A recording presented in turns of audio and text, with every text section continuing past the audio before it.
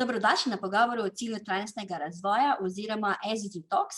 Gre za naš niz pogovorov o ciljih trajnostnega razvoja in kakovostnem izobraževanju.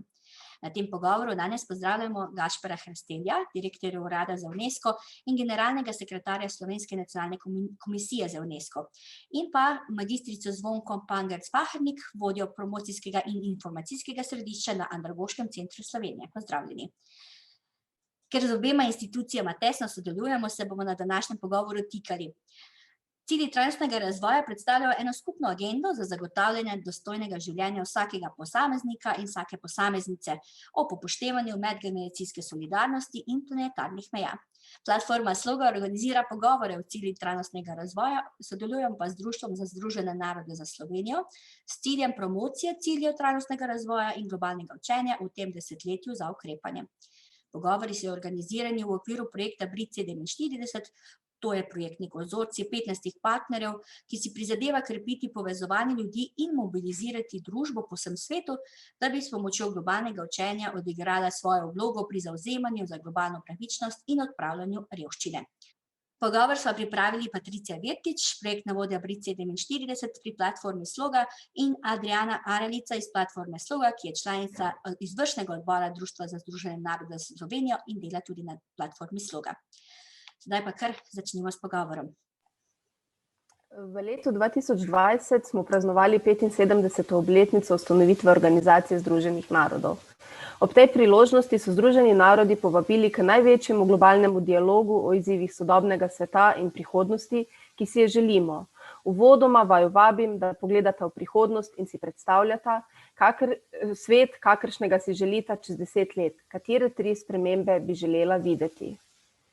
Zvonka, morda pričnemo s tabo. Hvala lepa za besedo in tudi za povabilo, da sodelujem v tem pogovoru, kar počnem z veseljem. Torej, svet, ki si ga želim v prihodnosti. Moram povedati, da sem osebno zelo velik realist in ko pogledam vseh teh 17 ciljev, jih doživljam kot utopične po eni strani, ampak prav tako tudi mora biti. Moramo imeti zares močno in zelo dobro vizijo, zato da potem realnost čez 10 let recimo, se vsaj približno približa temu, kar smo si zastavili. Kar bi si jaz v največji meri želela, je najprej mir. Mir na svetu, kar pomeni eno zavest vseh prebivalcev tega sveta, ki omogoča ta mir.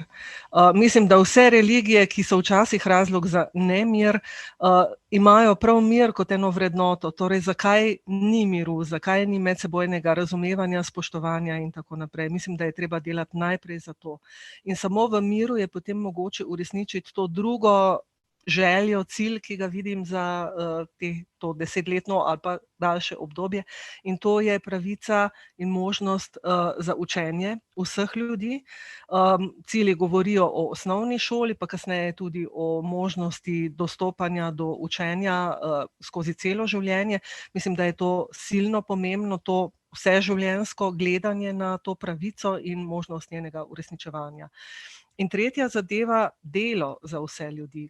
Kaj nam pomaga učenje, če potem ne vodi do tega, da lahko pridobljeno znanje in spretnosti realiziraš in na ta način tudi preživiš sebe, svojo družino in podobno.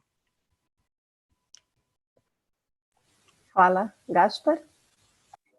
Ja, hvala lepa. Enako jaz bom povedal, da seveda sem neverjetno vesel, da sem danes z vami. Tudi Slogo in z Društvom za Združene narode sodelujemo kot UNESCO komisija že vrsto let, ampak da ne bi bil formalen, sprašujeta me za kakšne 3 spremembe oziroma kakšne 3 točke bi si jaz predstavljal za bodočnost po 10 letih na tem svetu.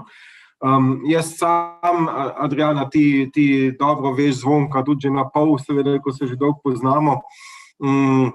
Jaz sodelujem s slovenskim UNESCO-om od leta 2016, predtem sem delal 3 leta na UNESCO v Parizu, na sedežu, ampak tudi predtem v času mojega študija sem imel priložnost, da bi prepotoval, pa da sem prepotoval različne konce na tem svetu, osebno, zasebno, in tudi tiste konce, ki so, mi jih danes imenujemo v razvoju. Včasih smo to imenovali tretji svet ali pa države, ki so nerazvite ali pa podobno, karkoli. Imamo klasifikacije nešteto veliko. Obiskoval sem takrat po klasifikaciji Združenih narodov Etiopijo, je bila od odzadaj gledano na 3. mestu najbolj revnih držav na tem svetu, ampak sem pa srečal skoraj najbolj srečne ljudje na tem svetu, ki sem jih smel takrat srečati. Kaj si jaz želim oziroma kaj si predstavljam, da je mogoče tudi možno? Ja, Zvonka, jaz potrjujem, cilji morajo biti utopični, morajo biti zastavljeni na visoki ravni.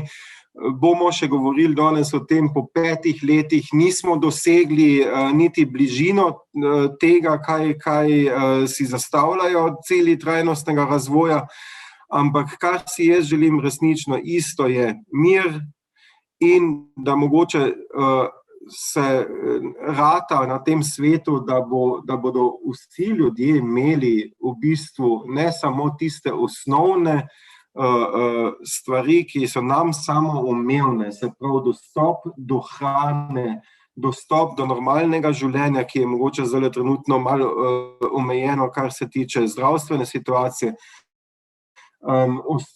dostop do izobraževanja, najbolj osnovni kriteriji za razvoj človekovega življenja. To si želim za vse konce tega sveta in mislim, ja, mogoče ni enostavno, ker vemo, kakva je situacija, ampak je pa tako, da lahko vsi delamo na tem, da bo to uresničeno.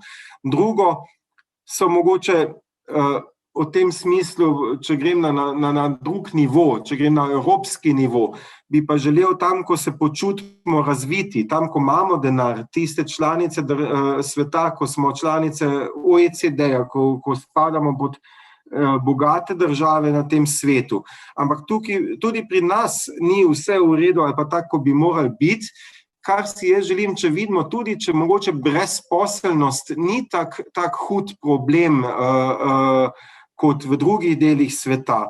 Ampak mi vidimo, da tudi v teh bogatih državah, da mladina, na primer, nima pravih perspektiv za bodočnost. Tudi, če imajo možnost do izobraževanja, možnost do študija, možnost do življenja, ki je priskrbljen z vsemi osnovnimi podporami in sredstvi, ampak vidimo, da mladi imajo težave se najti v družbi in najti način do sodobnega življenja, skupnega življenja. S tem nočem zdaj povezati seveda razvoj virtualnih ali pa digitalizacije, ki pripomore k tem, da se odtujujemo, ampak jaz si želim in tudi čez 10 let, da bodo tudi mladi v teh državah imeli priložnost spet do, kako bi rekel, medsebojnega razumevajočega življenja. Kot tretjega pa lahko grem še en nivo. Jaz bi rad videl tudi na lokalnem nivoju, pa nočem niti malo govoriti o kakršnikoli politiki ali pa karkoli na lokalnem, govorim v sami Sloveniji, da tudi pri nas dobimo spet kako bi rekel, neko idejo, kako družbo pripeljati v neko tako skupno bodočnost, ki je za vse dobra, ne pa samo za posameznika. Hvala. Hvala in vsekakor je to tudi namen ciljev trajnostnega razvoja. Zagotovo so vizionarski, zato da zagotavljajo napredek, da zagotavljajo neko točko, v kateri stremimo in seveda si vsi želimo, da se tudi uresničujejo za vse. Gašper, omenil si že, da smo lani obeležili tudi 5. obletnico sprejema ciljev trajnostnega razvoja, torej smo na tretjini poti. Na voljo imamo še desetletje za ukrepanje, da zagotovimo, da pri tem nikogar ne pustimo ob strani. Kateri so po tvoji oceni ključni izzivi mednarodne skupnosti in kako k udejanjenju ciljev trajnostnega razvoja prispeva UNESCO?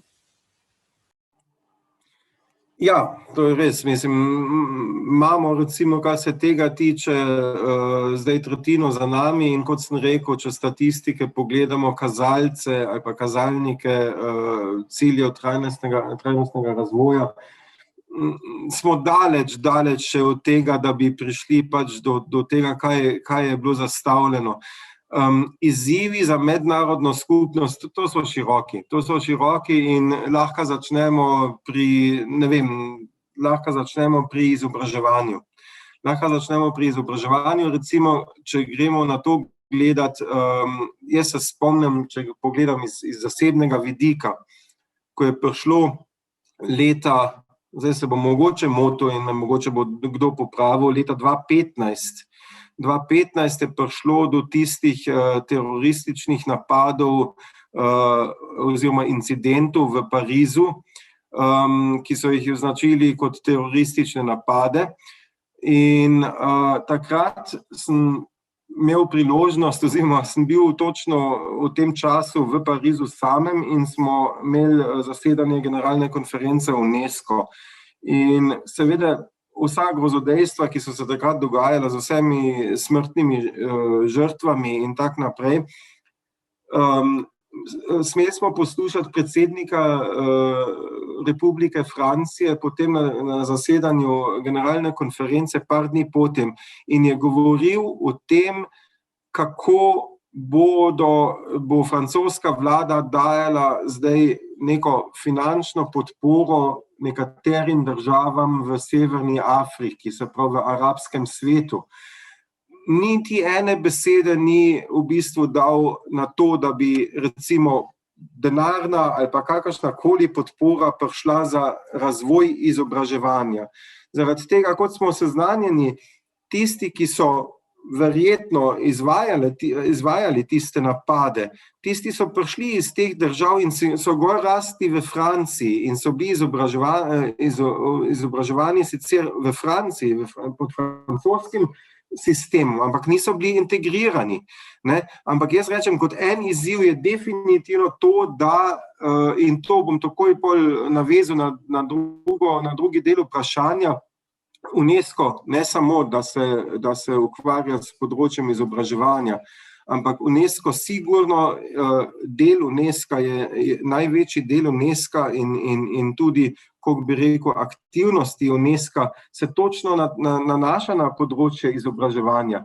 In tu vidim priložnosti, seveda še vedno, tudi v današnjem času, da lahko ena taka organizacija, kot je ena specializirana organizacija sistema Združenih narodov, ki lahko res pripomore k temu, da se mogoče pomaga in razvija, zdaj govorim mogoče o enem ali pa dveh ciljev trajnostnega razvoja, ampak ker se zavzema pač za dostop do izobraževanja za vse, govorijo education for all, tako da bi imel vsak človek na tem svetu, vsak otrok na tem svetu priložnost in možnost, da pride do izobraževanja ali pa do tega, da mu nekdo pač daje te vsebine, ki jih prejemajo tudi naprimer naši otroci.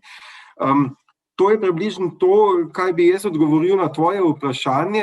Je seveda veliko bolj široko še, ampak zato, ko smo rekli, da bi poskušali biti kratki, nisem bil jedrnat, mogoče nisem bil specifičen, je še veliko več in bom poskušal še v nadaljevanju mogoče malo bolj obrazložiti, kaj sem mislil s tem povedati. Če se predstavimo k Zvonki, kot smo že omenili, cilji trajnostnega razvoja poudarjajo ta večgeneracijski vidik. In kako je pa vseživljenjsko učenje vključeno v te globalne cilje? Kako si na ACS-u prizadevate krepiti to večgeneracijsko solidarnost? Mogoče gremo 25 let nazaj. Mi smo začeli krepiti vseživljenjskost oziroma ta termin kot tak uveljavljati z prvim tednom vseživljenjskega učenja, ki smo ga takrat organizirali. To je pomenilo, da smo se kot 5. država na svetu priključili gibanju, ki ga je začela Velika Britanija, gibanju za to, da se ljudi ozavešča o pomenu, o pojavnih oblikah, o vlogi učenja skozi predvsem odraslo obdobje, ker začetniki tega so bili nosilci izobraževanja odraslih v Veliki Britaniji in tudi v drugih državah. Na srečo je pa bil direktor naše ustanove, dr. Zoran Jelenc, tako spet vizionarski, da je rekel, ne, mi bomo pa organizirali festival vseživljenjskega učenja. In tako smo začeli in že kar prvo leto povabili k sodelovanju vrtce, šole in seveda vse, ki delujejo na področju izobraževanja odraslih. To je pomenilo kar utiranje poti neke kulture vseživljenjskosti in moram reči, da na začetku ljudje niso vedeli, o čem govorimo, so se celo posmehovali terminu vseživljenjsko učenje.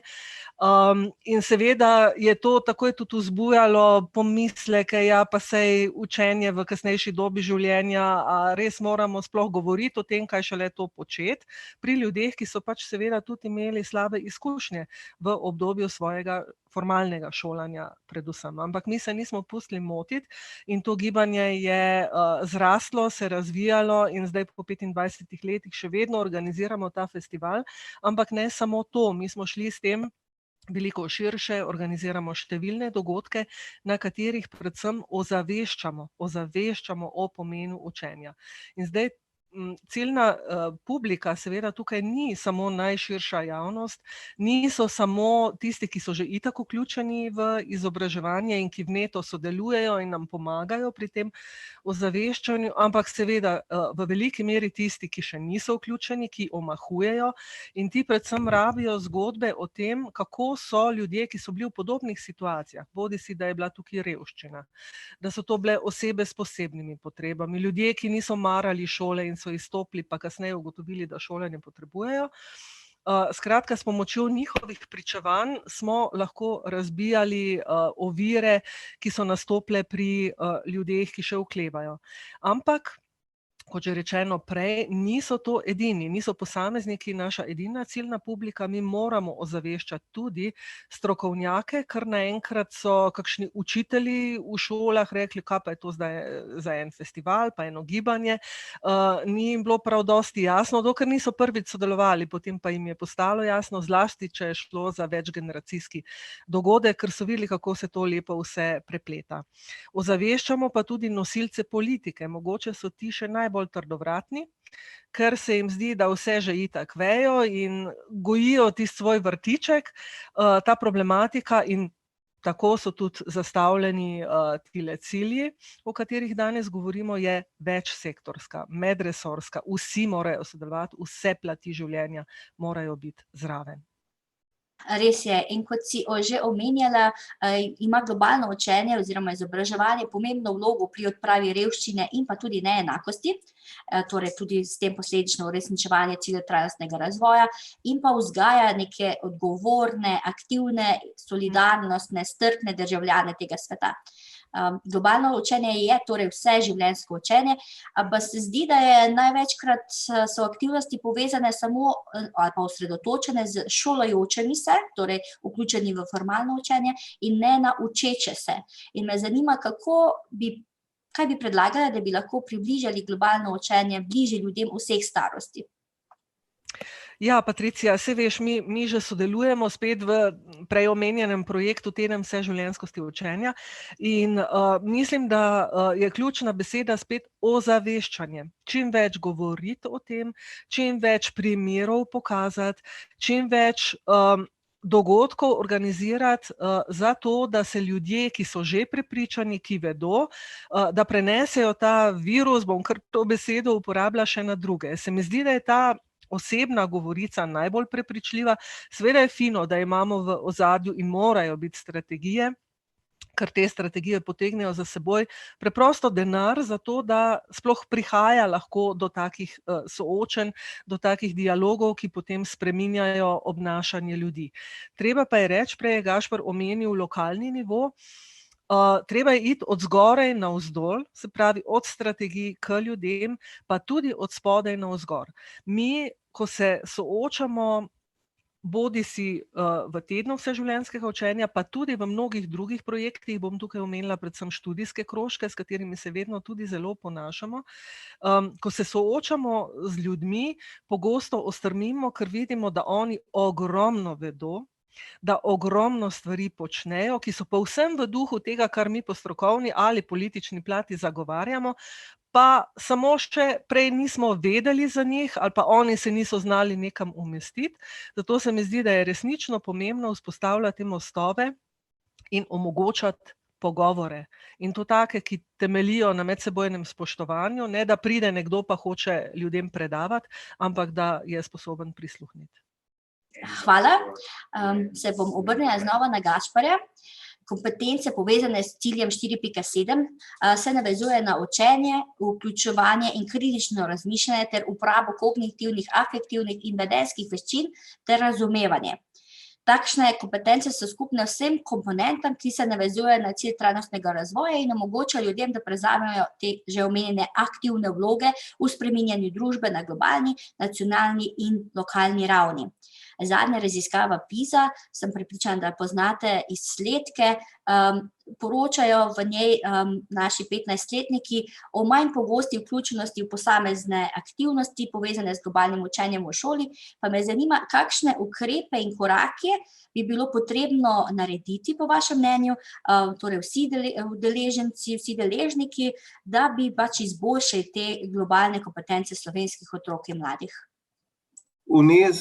Slovenija ima zelo močno in zelo delujočo in aktivno mrežo tako imenovanih UNESCO pridruženih šol.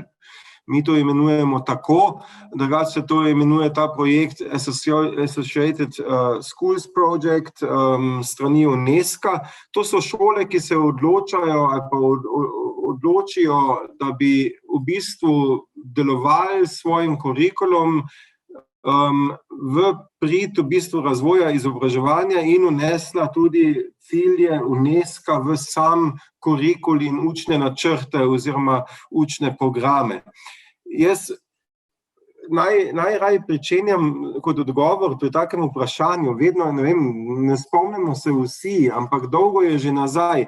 Mi lahko vzamemo mogoče tiste, imenovani so 4 Delorjevi stebri izobraževanja. To je bil Jacques Delors, ki je bil tudi svoj čas v Franciji predsednik in on pa skupina ekspertov, priznanih ekspertov iz celega sveta je v 80 letih že izdelala v bistvu nek, kako bi rekel, koncept, kaj bi izobraževanje pomenilo ali pa oziroma kako bi moglo biti nastavljeno, da bi v bistvu vključevalo vse izzive, ki jih današnje življenje ali pa takratno življenje lahko rečem, ampak te cilji so sigurno v veljavi ali pa realni in aktualni, vsekakor tudi še danes, tudi v okviru cilja, ki ga omenjate ali pa ki ga omenjaš. In če rečemo z enim stebrom, naprimer, učiti se, da bi vedeli. Če s tem začnemo, in takrat so začeli govoriti o tem v novem tisočletju, to je bilo daleč pred, ko smo spremenili čas oziroma ko smo pristopili v novo tisočletje, so že takrat razmišljali o tem, kako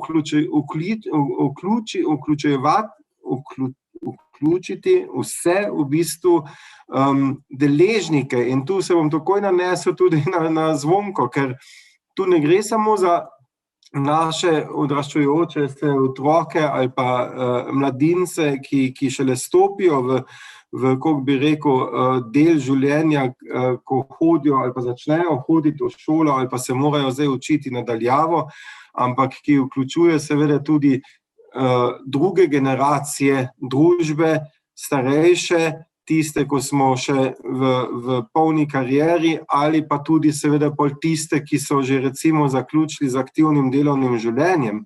In če jaz vidim, na primer, en poskus, mi smo to pri nas, tudi Adriana, ti to dobro poznaš, pa Zvonka, en projekt je bil imenoval, ali pa imenuje se Simbioza, ki poskuša v bistvu vključiti res vse dele družbe, se pravi mlade kot tudi starejše dele družbe in v bistvu potem prek sodelovanja prikazati in jih vključevati pač v sistem, recimo, če rečemo, uporaba računalnika ali pa kaj takega. Moji lastni osebni starši so bili v tem projektu noter in to je funkcioniralo. In točno tako, kot sta obe rekli, ni šlo za to, da nekdo predava nekaj, ne, ampak vključili se ljudje v bistvu v sam pogovor, v sam sistem ali pa v samo izmenjavo in je to funkcionira zaradi tega, ker se je izkazalo, da je to bila izmenjava,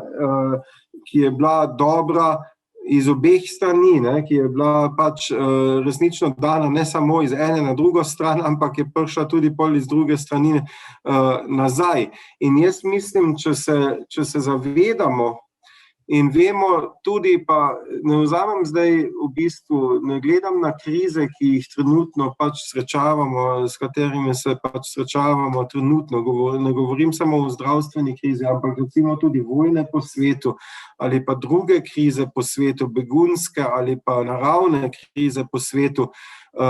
Ampak če to vse v bistvu v narekovajih damo malo na stran in če razumemo, da vsak človek na tem svetu, dobro, najprej so pogoji, da ima za jest, pa da je zdrav, ne? Ampak da se vsakemu otroku da potem priložnost, ne vem, da se lahko uči, ali je to pač nadaljavo s pomočjo digitalnih naprav, ali je pa to s pomočjo učiteljev, ali je pa to s pomočjo, ne vem, šol in tak naprej. Jaz mislim, da je to eden izmed najbolj pomembnih temeljev, da se naša družba, govorim tako v slovenski, kot v bistvu tudi globalno gledano, da je to edini pogoj, ki ga moramo doseči, če želimo, da se razvijamo naprej v, kako bi rekel, normalnih okvirih.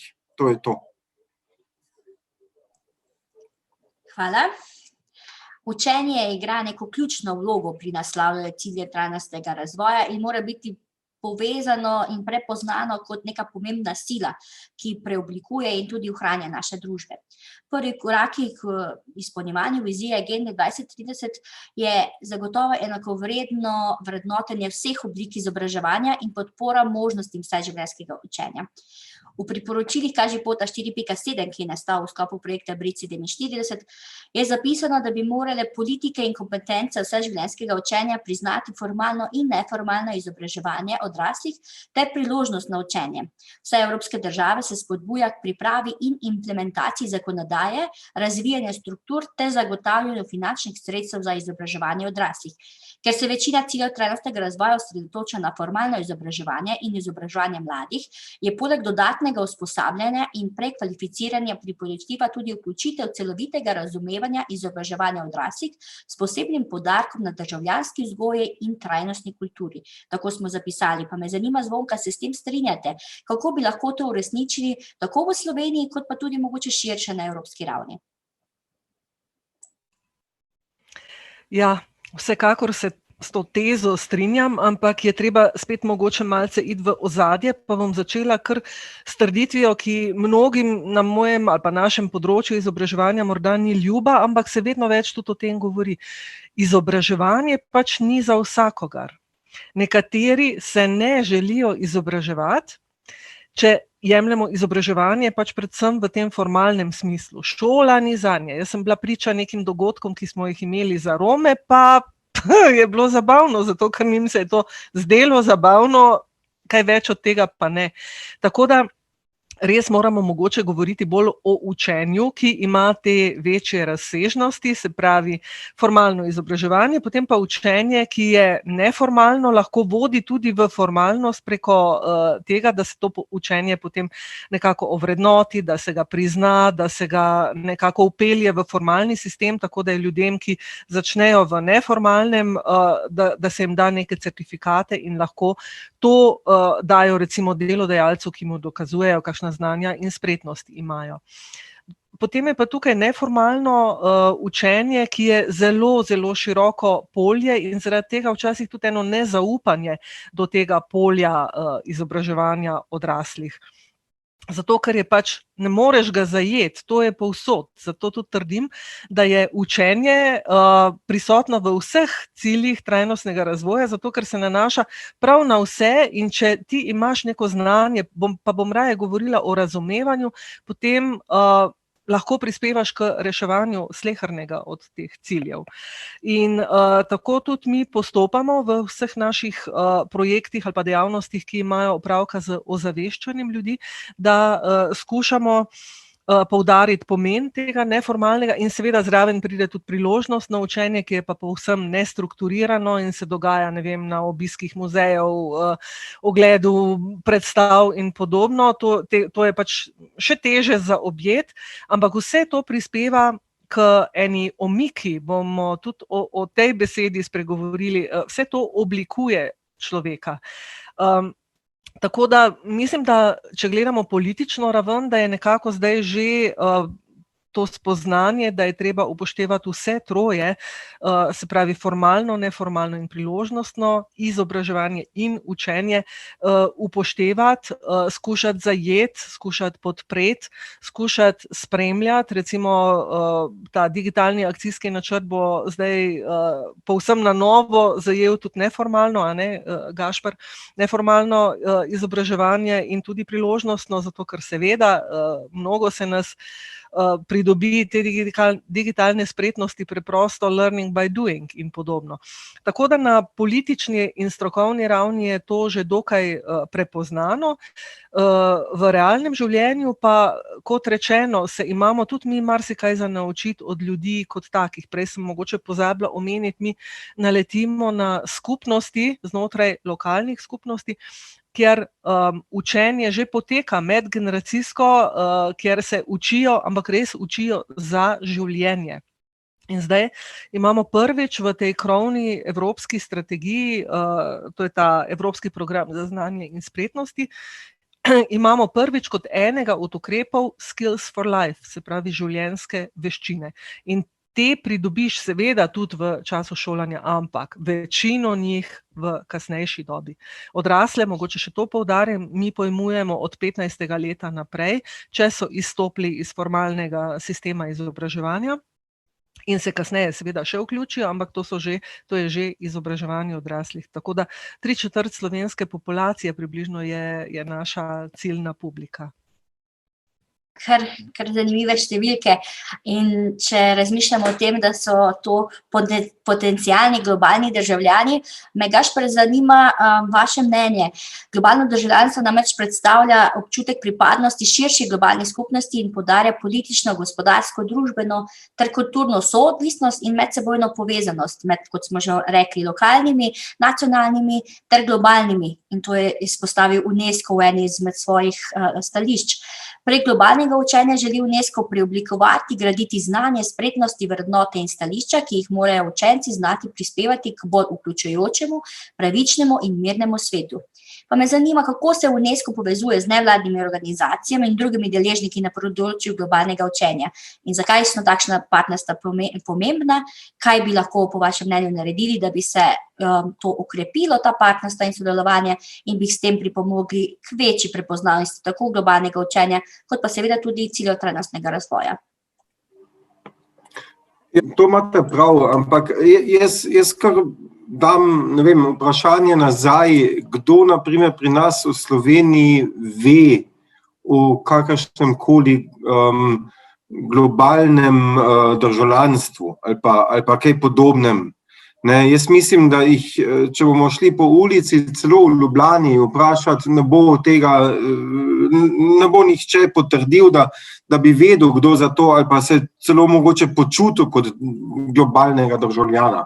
To je škoda, jasno, in tudi lahko pričnem pri tem, to Adriana smo, zavem, se še spomnim, svoj čas pogovarjala, kdo ve v Sloveniji za UNESCO. Ne, ja, poznajo, dosti ljudi pozna tudi spet na ulicah ali pa kjer drugod pozna za UNESCO svetovno dediščino, ampak a ve kdo, da se UNESCO ukvarja prvotno celo z drugimi tematikami, predvsem z izobraževanjem, ampak tudi na področju znanosti in drugih področji na področju kulture, ampak tudi na področju digitalizacije. To nihče ne ve, ne? Mogoče skušamo, kar je mogoče najlažje, spraviti take vsebine v, naprimer, učne programe UNESCO-vih šol, tako sem jih že prej omenil, da se že ta mali s tem v bistvu ukvarjajo vsebinsko, ni jih veliko, ne, mogoče, ki izrazijo potem interes ali pa kaj takega, ampak da se potem, ne vem, ko malo odraščajo in ko vidijo tematike, ki grejo čez meje Slovenije ali pa njihovega razuma in da vidijo, kako poteka življenje v drugih delih sveta, da pol mogoče dobijo. Jaz ne morem pričakovati, da ima vsak, pa ne govorim samo v Sloveniji, ampak v drugih državah tudi, da ima vsak državljan ali pa vsak otrok ali pa mlad človek priložnost, da prepotuje vse konce sveta. To je težko izvedljivo, zato ko vemo zakaj, ne? Ampak tisti je meni, naprimer, osebno razširil to razmišljanje in sem se začel počutiti ne sam del neke nacionalne družbe ali pa evropske družbe, ampak sem videl, da je svet veliko, veliko večji. Možnosti so, opcije obstajajo, predvsem zdaj z digitalizacijo. Jaz mislim, da se da to razširiti.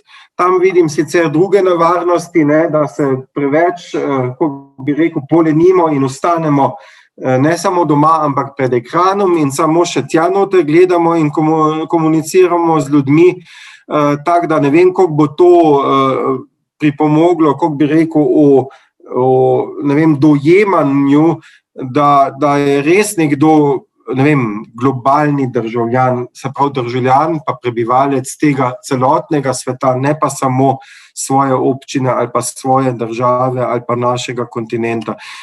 Zvonka se mi bo smejala mogoče, ampak jaz imam še, kako bi rekel, dovolj majčken časa še, da bi mogoče v naslednjih 10 letih, če ostanemo pri meji, kar je bila zadana za cilje trajnostnega razvoja, da bi tudi tu prišli do, ne vem, nekega napredka in razvoja, ki bi bil tudi prepoznaven med ljudmi, ne pa samo med peščico ali pa kaj takega.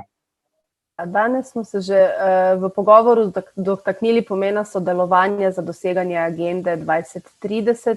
Cilje bomo lahko dosegli le sodelovanjem in partnerstvi med različnimi deležniki.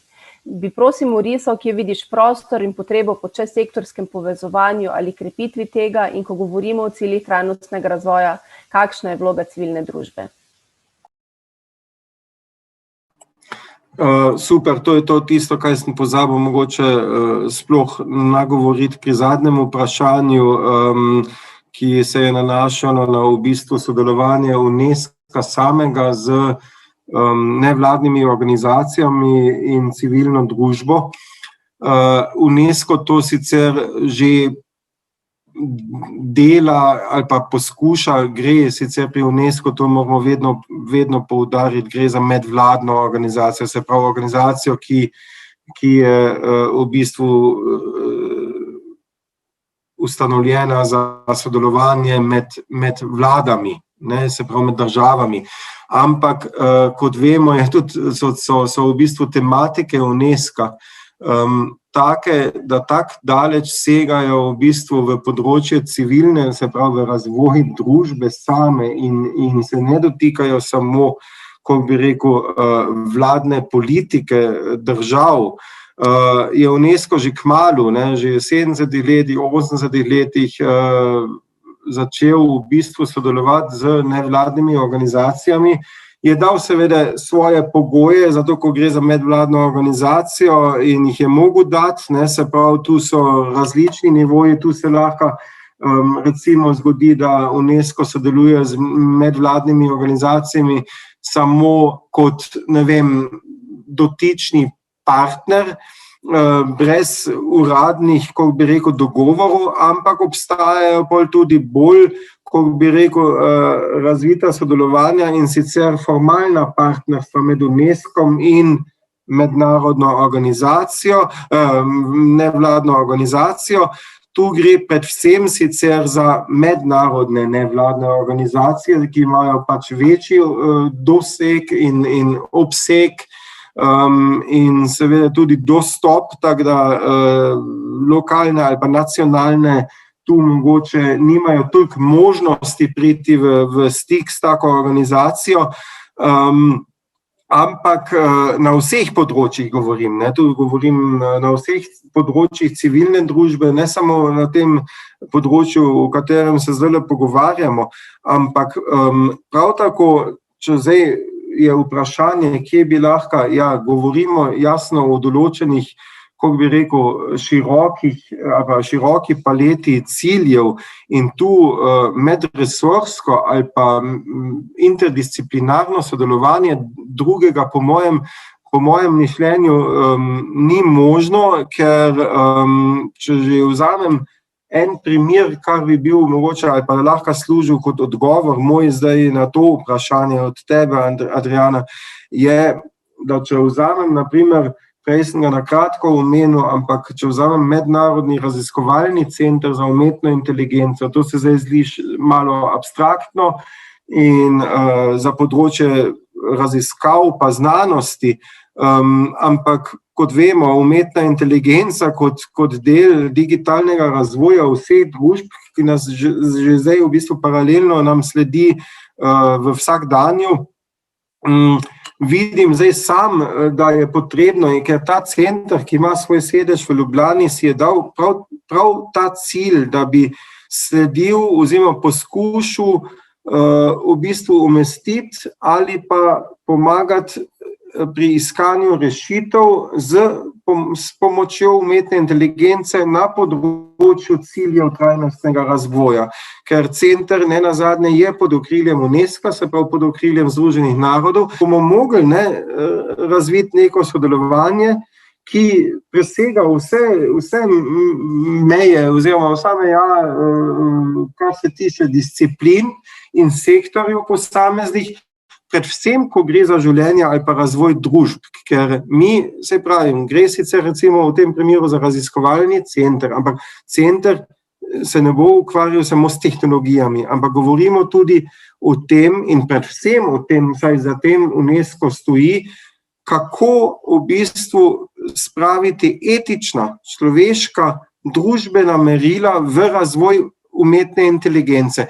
In zato sem to omenil, v bistvu, ker je to dober primer, kako medresorsko, medsektorsko ali pa celo interdisciplinarno in seveda čez celo paleto družbe sodelovati, ker je edina pravilna pot pač za uspeh pri tem vključitev vseh deležnikov, vseh del družbe, vseh del države in vse ostalo.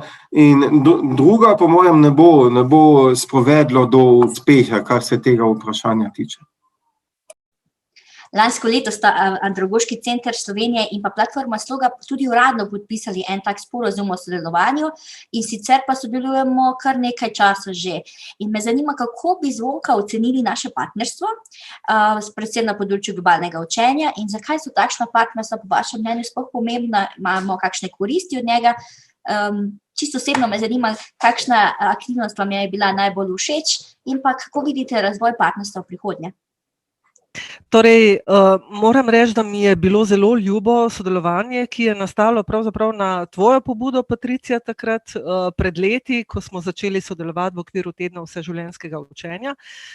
Potem so nastajale akcije, skupne akcije tedna vseživljenjskega učenja, ki so nagovarjale globalno učenje in če tudi se recimo drugim koordinatorjem zdelo, da je to nekaj, kar mogoče niti ne razumejo, tako kot je Gašper že prej povedal, zakaj gre, pa smo potem vendarle vzpostavili neke mostove ki so pripeljali do globljega razumevanja, da je to pravzaprav tisto, kar že itak tudi oni počnejo, da je mogoče poimenovano drugače. In to, kar je Gašper prej povedal, bi replika bila na to tudi ta, da je treba prilagajati pristope, treba je prilagajati jezik, ko greš od ciljev, preko strategij, preko politik, preko nekih strokovnih rešitev do konkretnega človeka. Temu človeku mora znati na preprost življenjski način razložiti, zakaj gre, kakšna je njegova dobrobit iz nekega delovanja, učenja in podobno. Mogoče še en dodatek temu, kar je Gašper prej povedal o stebrih, Delorjevih stebrih vseživljenjskega učenja. On je omenil prvega, jaz bom pa omenila četrtega. Namreč pred nekaj leti je Evropska komisija dala izračunati, v kakšni meri mi uresničujemo te Delorjeve stebre, modro, ampak vendarle je to, rezultat tega je bil en sestavljeni indeks, ELI se je imenoval, European Lifelong Learning Index. In ta je pokazal za Slovenijo, da četrti steber najmanj uresničujemo. In to je tisti steber, ki govori o učenju za eno miroljubno, ustvarjalno sožitje v skupnosti. Tako da tukaj imamo najslabše rezultate in dejansko je treba na tem delati. Prav to skupnost kot taka, od družine pa do širše skupnosti, do sveta kot celote, pa se mi zdi tisto, kar je temeljna podlaga za uresničevanje ciljev trajnostnega razvoja. Zdaj, če še povem, kateri je moj najljubši primer našega sodelovanja, potem Adriana se že smehlja, je to zagotovo nedavni dogodek, ki smo ga imeli na temo učenja, izobraževanja za vključujočo večkulturno družbo. Dogodek je bil ne samo večkulturen, je bil tudi večgeneracijski, bil je odličen. In predlagam vsem, da si pogledajo posnetek tega dogodka, skoraj 6-urnega, kjer je bila prikazana praksa, življenje, dejansko življenje v šolah, v okoljih, ki omogočajo izobraževanje priseljenih odraslih, dokaz, da gre dejansko za vseživljenjsko problematiko. In to je resnično nekaj, kar me izredno veseli, namreč Andragoški center pravzaprav ni, ne vem kako, bil povezan z nevladnimi organizacijami, dokler se ni tole naše sodelovanje vzpostavilo, kar je škoda, ampak nič hudega, zdaj pač delujemo skupaj in mislim, da bo teh priložnosti še veliko. Tale dogodek, ki sem ga omenila, je naš prvi forum, ki smo ga soorganizirali seveda s Slogo in Slovensko filantropijo, ampak vendarle v okviru Evropskega programa za učenje odraslih. Prvi forum torej. V načrtu imamo še 5 takih forumov, ki bodo seveda obdelovali različne problematike. Ena bo tudi vključenost in dejavno državljanstvo in tukaj spet vidim naše sodelovanje.